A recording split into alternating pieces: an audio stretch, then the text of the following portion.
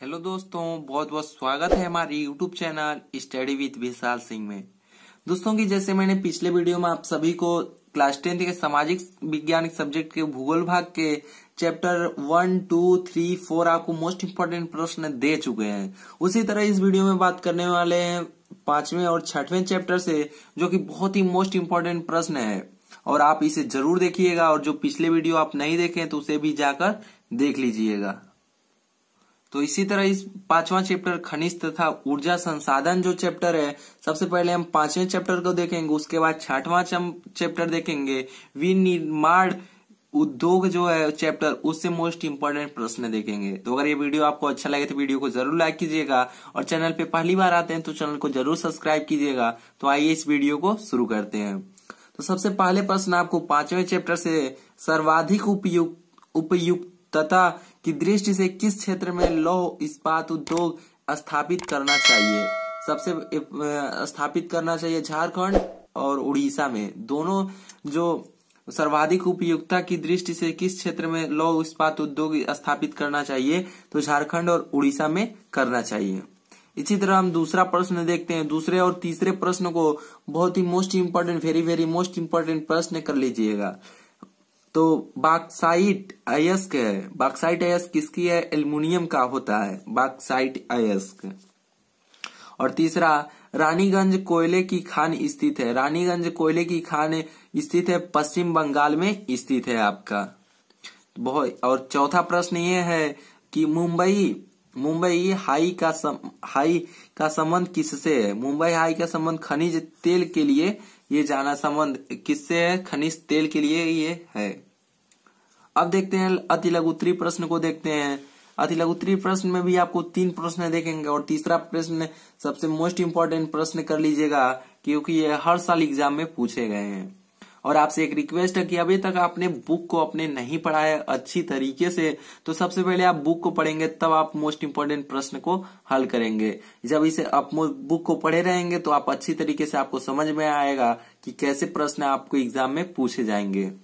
तो सबसे पहला प्रश्न अति लघु उत्तरीय से, भारत के किन्हीं 2 लौह उत्पादक राज्यों के नाम लिखिए। देखिए यहाँ पे 2 दिया है तो 2 की जगह 3, 4 भी कर सकता है, तो आप उसे याद कर लीजिएगा।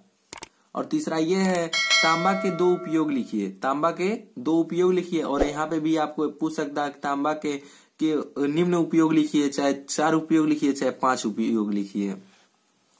और तीसरा ये है, गैर परंपरागत ऊर्जा के 2 स्रोत बताइए। ये तीसरा प्रश्न बहुत ही मोस्ट इम्पोर्टेंट प्रश्न है आपके लिए।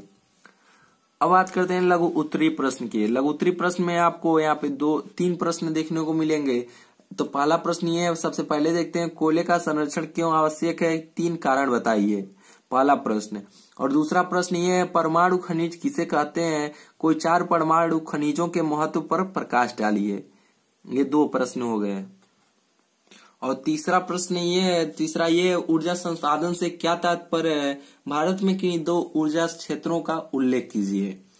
देखिए इसमें सबसे पहले आप ऊर्जा संसाधन के बारे में बताएंगे, उसके बाद भारत के किन्हीं 2 ऊर्जा स्रोतों का उल्लेख करेंगे।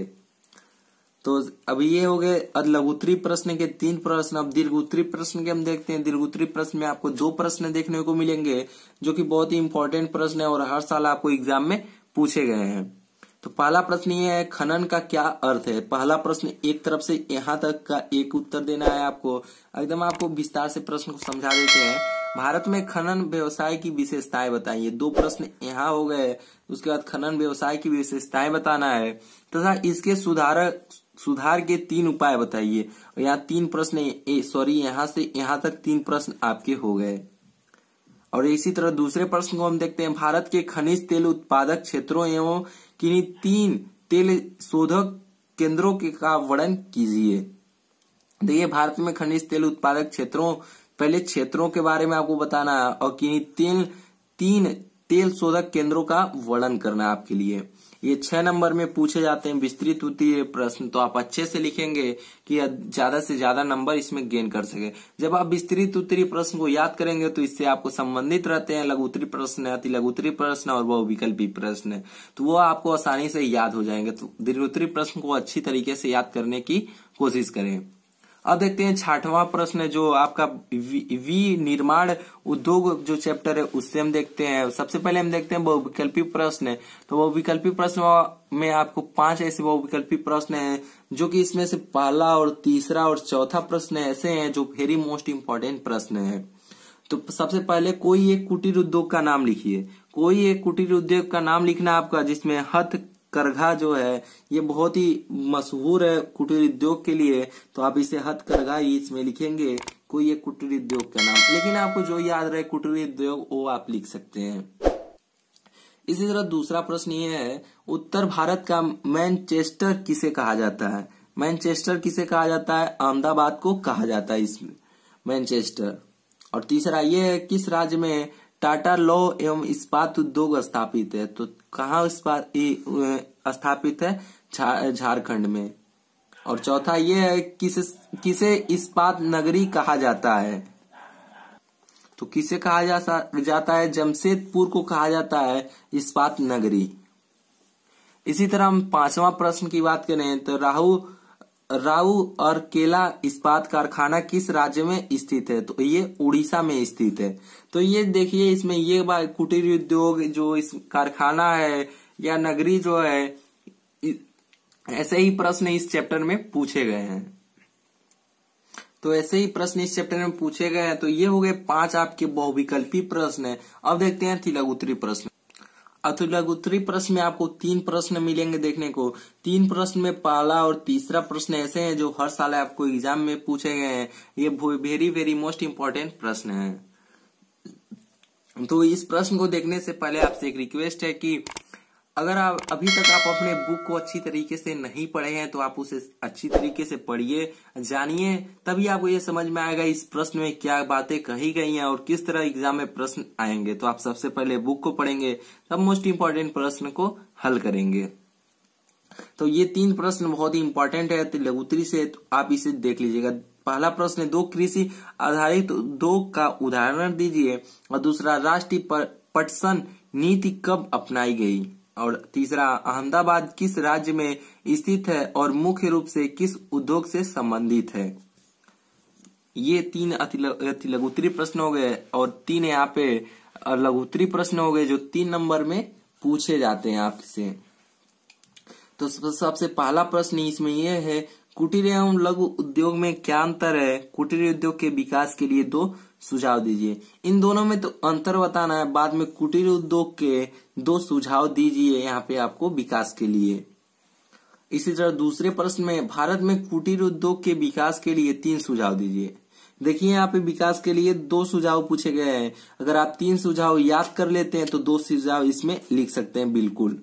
तो इस तरह आप इसको याद करते हैं तो इसमें का आधा याद हो जाएगा आपके लिए। इसी तरह प्रश्नों को याद करने की कोशिश करेंगे तो इसको कैसे याद करेंगे, जब आप बुक को पढ़े रहेंगे तो आसानी से आंसर लिख सकते हैं इसके। इसी तरह तीसरा ये है कुटीर उद्योग को परिभाषित कीजिए, इसके 2 महत्वों का संक्षिप्त वर्णन कीजिए। देखिए यहाँ पे फिर कुटीर उद्योग, तो इसमें कुटीर उद्योग जितने भी प्रश्न आएंगे आप उसे अच्छी तरीके से याद कर लीजिएगा क्योंकि ये बहुत ही इंपॉर्टेंट प्रश्न है कुटीर उद्योग इस चैप्टर से, जो कि हर साल एग्जाम में आपको पूछे गए हैं। अभी देखिए दीर्घ-उत्तरीय प्रश्न में, दीर्घ-उत्तरीय प्रश्न में भी 3 प्रश्न मिलेंगे। तो सबसे पहला प्रश्न बहुत ही इंपॉर्टेंट प्रश्न है, वेरी वेरी मोस्ट इंपॉर्टेंट प्रश्न है, तो आप इसे अच्छी तरीके से याद करेंगे। सबसे पहला प्रश्न कुटीर एवं लघु उद्योग में अंतर बताइए तथा कुटीर उद्योग के विकास के लिए सुझाव दीजिए। देखिए यहाँ पे कुटीर तथा लघु उद्योग में अंतर आपको बताइए। उसके बाद कुटीर उद्योग के विकास के लिए सुझाव दीजिए। अगर आप 4 सुझाव भी यहाँ पे देखिए, यहाँ पे पूछा था 3 सुझाव, तो आपको लघु-उत्तरीय प्रश्न में 3 सुझाव, अगर तीनों सुझाव इसमें लिख देते हैं तब वो आपको नंबर मिल जाएगा। इसी तरह दूसरा प्रश्न है भारतीय अर्थव्यवस्था में उद्योग के किन्हीं 6 योगदानों का वर्णन कीजिए। इसमें 6 योगदानों का वर्णन करना है आपके लिए। और तीसरा कृषि की परस्पर निर्भरता की विवेचना कीजिए। तो ये हो गए आपके लिए 5वें और 6वें चैप्टर से बहुत ही मोस्ट इंपॉर्टेंट प्रश्न है जो कि आपको हर साल एग्जाम में देखने को मिले हैं। तो इस वीडियो में आपको बहुत सी इंपॉर्टेंट प्रश्न मिल चुके हैं, तो आप इसे अच्छी तरीके से याद कीजिएगा। तो इस वीडियो में था बस इतना ही। मिलते हैं अगले वीडियो में और भी जानकारियों के साथ। तब तक के लिए जय हिंद, वंदे मातरम।